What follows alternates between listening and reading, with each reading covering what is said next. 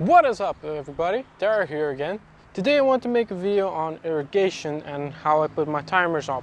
Like I mentioned in the previous videos, most of my irrigation comes from the overhead, but I do have other irrigation systems also built in, like drip and misters, and that making the bulk of my irrigation system.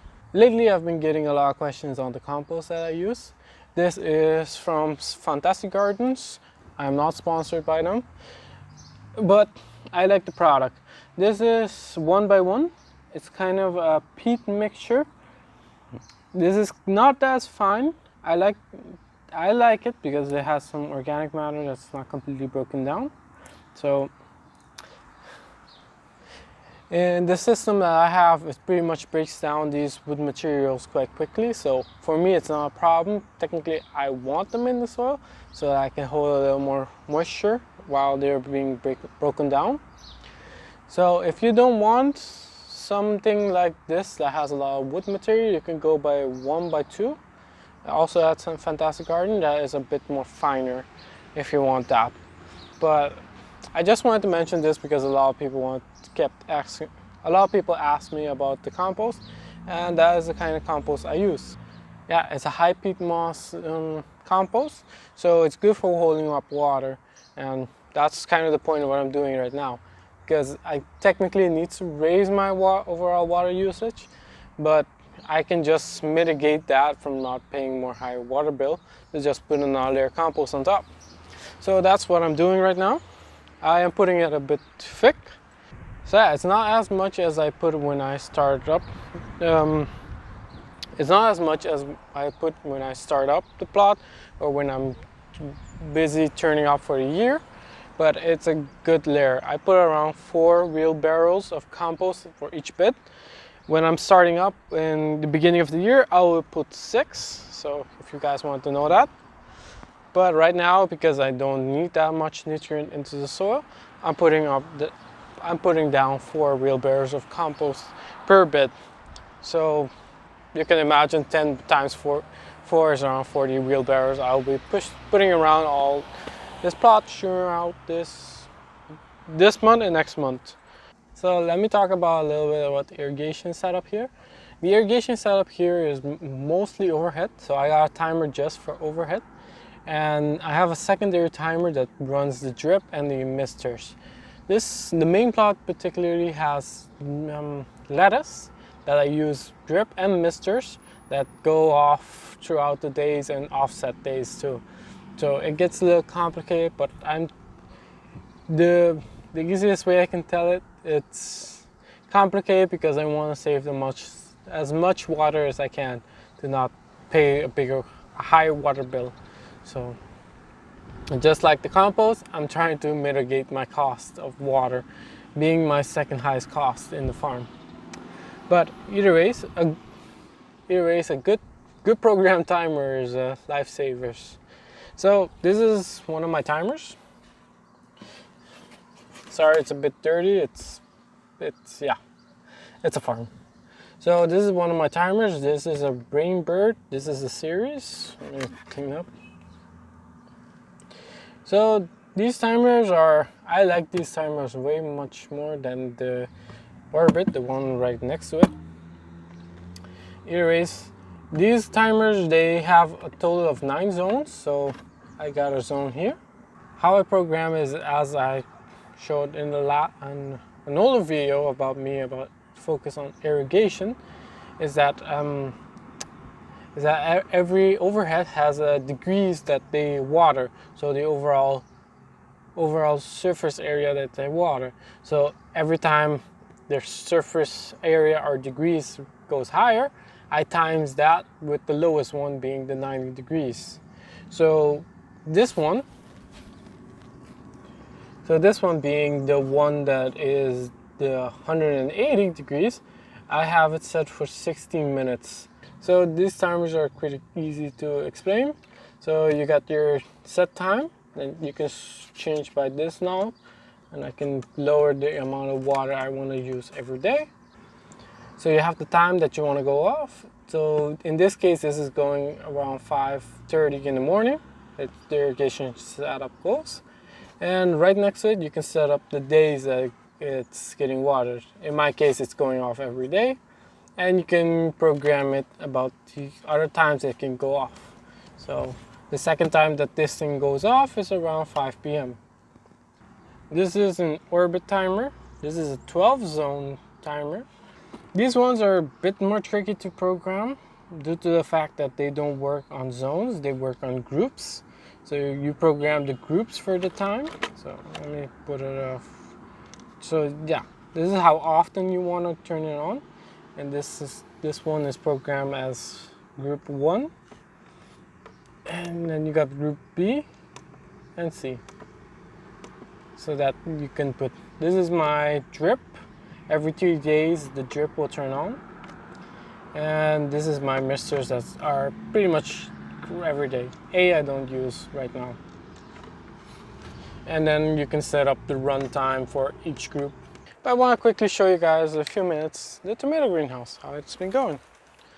So you guys can see, I have just finished pruning a few minutes ago. But you guys can see that the tomatoes are growing nicely.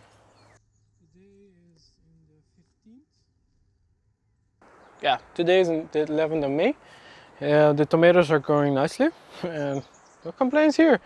The only thing differently compared to the last time I tried growing tomatoes, well, in December in the colder period of time, is that they are growing quite big this time.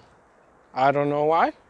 I think probably because of the sun, because the nutrient cycle that I'm using right now is the same one I always use. So I don't know. I don't mind. Bigger tomatoes taste better. So yeah, that's kind of a quick view of the tomato greenhouse, how it's been going.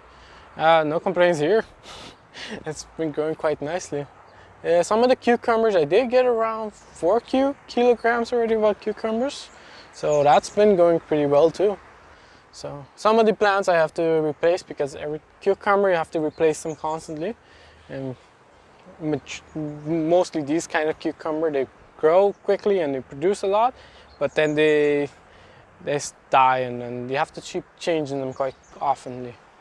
But yeah, no complaints. The tomato greenhouse has been going quite well. So yeah, we're at the secondary plot, the new plot. As you guys can see that the kales are growing extremely well. The bush beans or bonchilaro are growing quite well. I've already gotten around 10 kilos each. I've already gotten around 10 kilos of bonchilaro out of one bed, so it seems quite beneficial to grow bonchilaro. I'm quite surprised if each one of these beds produce around 15 kilos. It pretty much pays off. It pretty much goes as high as production as lettuce. So I am pretty happy with that. And they do grow quite well with they grew quite well with drip, because some of these are set up in drip and overhead systems. So I'm quite astonished. And with their purple flowers, it just looks pretty. But yeah, I'll keep you guys posted on details I figure out about that. But yeah, it's still in the early phases of me trying to figure out how to grow it more efficiently. So let me show you guys the timer here. At this plot, I am pretty much right now only using drip and overhead. I have no mister set up because the misters are mostly used for lettuce to cool down the crop. Here you guys can see I got 2 Rainbird timers here. This one controls mostly all the overhead, just like the main plot. There's a one that controls all the overhead, and in this case this is the secondary one that controls the drip, all the drip lines. In the future this will be, because I'm only using 3 zones now, I'm going to be needing 5 zones for another block that I'm going to make in the future. So for now it just has only drip. You will get these, you can buy the main wires that you can find for timers. I would suggest that because sometimes these, if you use other wires, they do tend to break and give way. So I would suggest you buying the main wire that come with the drip, the programming. So you got a common one that this has to be connected to each one of your valve. Because this is work on AC, you don't have to worry about which side it has to go. But to make it simpler, you have common, that is null, and then you got your zone power line. So in this case, this one I have zone 1, I'm using the cable green, and zone 2 I'm using red and yellow. And pretty much my color coordination is the same with all my timers. And yeah, this will look a little bit daunting, that all these valves put it on the side, but it is simply quite easily. These kind of valves you will not find here. I specially ordered these ones. These are a little more expensive. You don't really need these ones, but you can find local ones of these ones. These are from Orbit, and this one from Rainbird. The reason why I got these ones is because the rubber inside of these valves tend to break after time, and these ones are specially made for not that. They have a little bit more features built in, but when you're beginning, it really doesn't matter. Compared to this one, these from Rainbirds, if you guys can see it, it has a little lip rubber here outside. These tend to, after a while in the sun, they will break and then disintegrate, and then the seal won't hold up the water as well. So then sometimes it would just come out when they fail. The water would just be pouring out one of the valves. So I do not like this from Rainbird. So if you're going to buy it locally, I do see a lot of companies having this one, the Orbit one, that is fully unsealed, the rubber. It's a better investment to invest in that than compared to the Rainbird, because it only takes one time that this thing turns off and goes off, and you are pissed that a lot of water went away. But let me see if I can open this, and then I can show you guys how I wire this setup. So you guys can see that by comma, my ground one is this white one that I connect to all of these valves connect to this white one here, and I got it for this timer. I have the same setup for this one. So I use my wiring that the white one is my common, and I got the valve all connected to their zones, like this one being the green one. If not mistaken, this is number 1, the red one is number 2, the yellow one is number 3 of the valve of the zones. So when the valve goes on, it sends around a 24 volts AC current through this little motor that will push up the seal that I told you a few minutes ago, and then it will let water pass through the valve.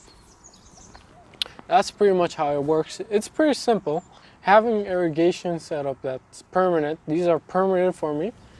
Some of the people would have them, they will remove every time, and then they will control it with a hand valve. But in my case, it's always sunny here, so it barely rains, and it makes sense for me to put a setup, expensive infrastructure like this for irrigation, because it saves me a lot of time and worry of my crops getting watered.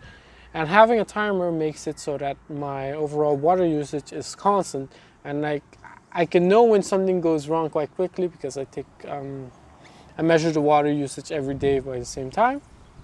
I can see whenever there's a problem, I can immediately figure out that if there's a problem in the system, because these valves and these timers work precisely. And so yeah, the only reason I'm able to do this amount of volume of crop and production throughout the years and throughout any kind of circumstances is in large part thanks to the program of the timers. These timers I do switch over quite a bit, because sometimes I would like it to water around 4 times a day, and sometimes I want to only water like 2 times a day, or sometimes if it rains too much I could just turn it off. It gives you a lot more flexibility and something you can rely on these systems. For me, it's a good investment to go into, because pretty much it gets used every day. And I can grow a wide variety of crop, and I can use a wide variety of different types of irrigations and different times of zones of irrigation, and I can control precisely the amount of water I'm using. Due to the fact that water is my second highest cost of this business, I would like for it not to be so high. I would like to keep it a little as low as I can possibly. So yeah, this YouTube channel has already a year old already. I can't even believe that.